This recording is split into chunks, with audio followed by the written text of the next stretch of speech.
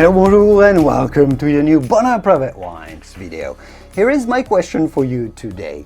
Do you take tasting notes about the wines that you get to try, to remember them? If you don't, maybe you might want to consider starting maybe a little tasting note booklet, or you can just simply write a few notes on an app on your smartphone.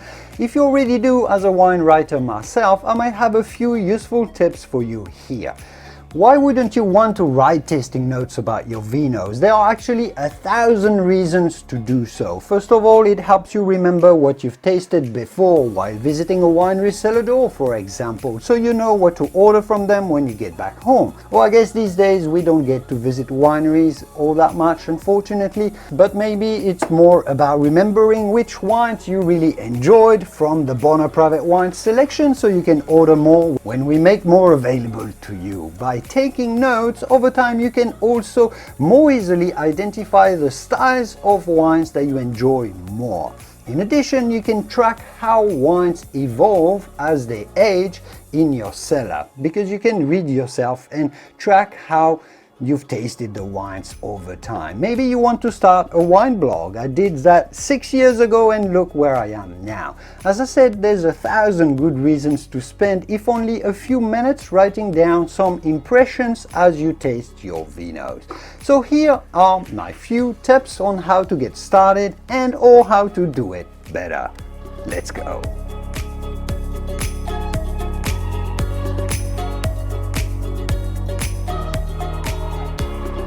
A little while back, I made a video on this very channel about the 3 steps to tasting wine properly. I'll have a link in the video description if you want to get back to it and watch it. But as a quick TLDR, there's essentially those 3 important phases to examine and describe a wine.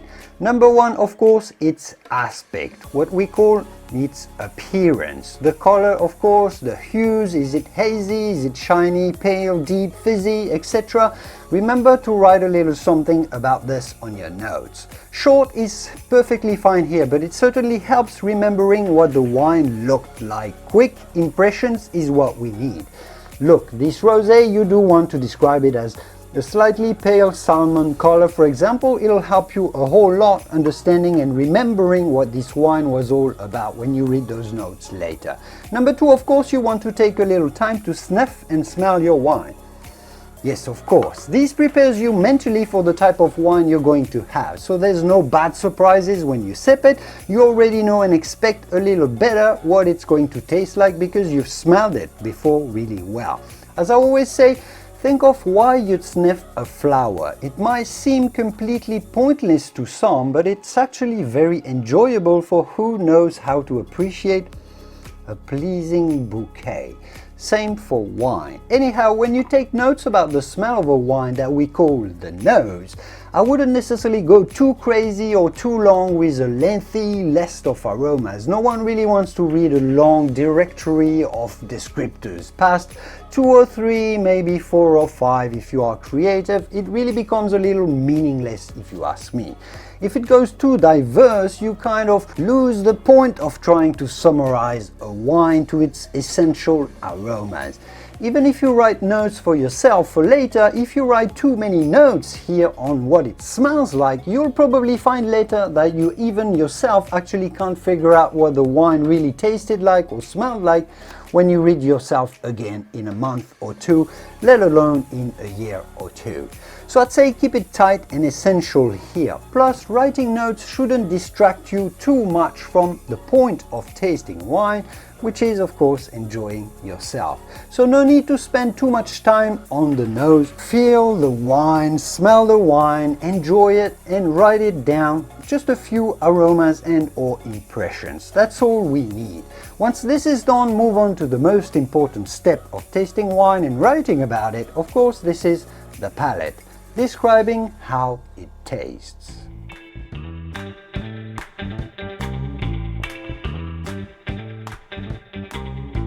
You're following so far? I'm sure you are. 3 steps to tasting. The appearance, the looks are important, right? The smell, write a little short something about those, and now the taste.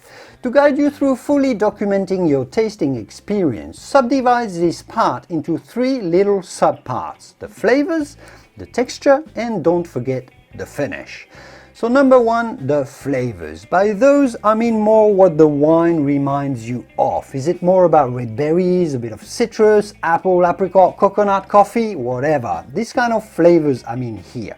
Again, I'd say pick the dominant flavors mainly, at least initially, so you don't get too deep, too long, and too confused when writing them down. 2 or 3 main initial notes is great. You can always elaborate and get back to it a little later if the wine deserves it, but keep it short initially. Then make sure to think about having a little note about the texture of the wine and how it feels on your palate. Is it very acidic and sour? Is it sweet? Does it have harsh tannins or rather silky and smooth ones? Think about how oily the wine is as well, how mouth-filling it is when you taste it. Of course, there's some vocabulary that you can use, and I don't really have time, unfortunately, to elaborate much on this and give you all the possible vocabulary. I'll do it in other videos perhaps, but if you watch me, you've probably picked up on a few terms that I and other wine professionals use often. But regardless of the academic vocabulary or the jargon, what really matters is what you feel, so simply write this down. Just think about the texture is my point here. And then element number 3, another important aspect that you don't want to disregard. Very important, both from a hedonistic standpoint to better enjoy your wine, but also to write about it better. And that's our subpart number 3 of the taste that we call the finish. What the wine tells you what it tastes like after you've swallowed it or spit it out. It's actually at that point often that you really get to understand a wine. That's when it becomes really harsh and unpleasant if it's a bad wine. That's when you really find out. That's when it falls short. If it's a pleasant but simple wine, it just disappears quickly, just shuts the door, runs away as soon as you've swallowed it. That's what a simple wine does, and so that's when you find out. But that's also when sometimes the 5% magic really happens if you do happen to have a great wine. That's when you realize it. It lasts, it reveals itself to you, you get to enjoy more layers and more components that you had not necessarily perceived earlier. That's when you really feel if you like and enjoy a wine. The first impression is crucial, but so is the last one as well. So pay attention there and of course write all of this down.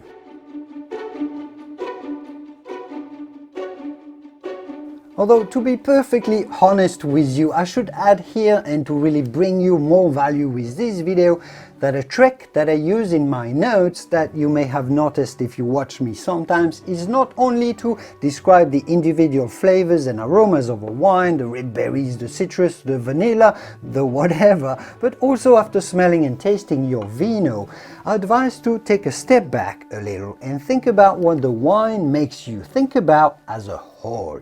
If you watched my video about your Mediterranean wine selection that you would have just received, you might remember me saying for one of the wines, this one in particular, that I was saying that it almost exactly tasted like what a cherry juice would taste like, because it had a lot of cherry aromas, and it also tasted so juicy, a little biting, a little acidic, yet ripe and quite generous, just like a cherry juice. It wasn't the case in this particular wine, but if a wine reminds you of something but also has other flavors, completely different flavors, you could always say it tastes like a cherry juice, which gives you the frame, but to which a drop of vanilla essence would have been added to, or you can say a cherry juice infused with a bit of clove, a bit of cinnamon and orange peel. You add the different components, but you have the general image on hand. For another wine in the Mediterranean selection, this particular wine, a white wine,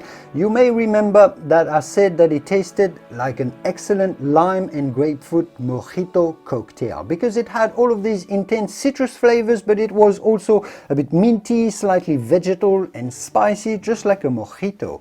I find that using those descriptive images and making those comparisons or metaphors is a great way to lift up tasting notes.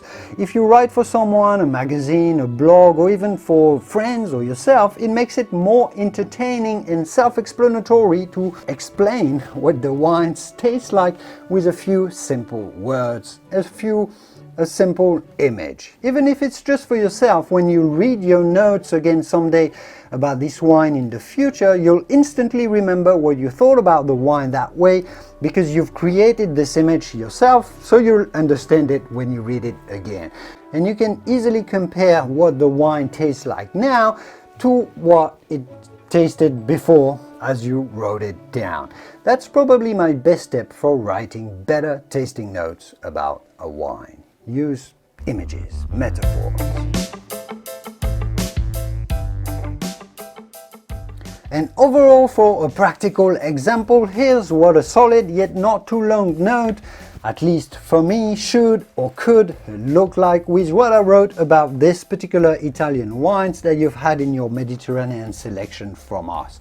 What I wrote is, this wine really looks lively with a shiny red color. It also shines through the nose with vibrant fruity notes of fresh sour cherry and blueberry, spicy tones of white pepper and peppermint, undertones of earthiness like forest floor, herbal scents of fennel. I love its explosive flavors of fresh acidic cherry.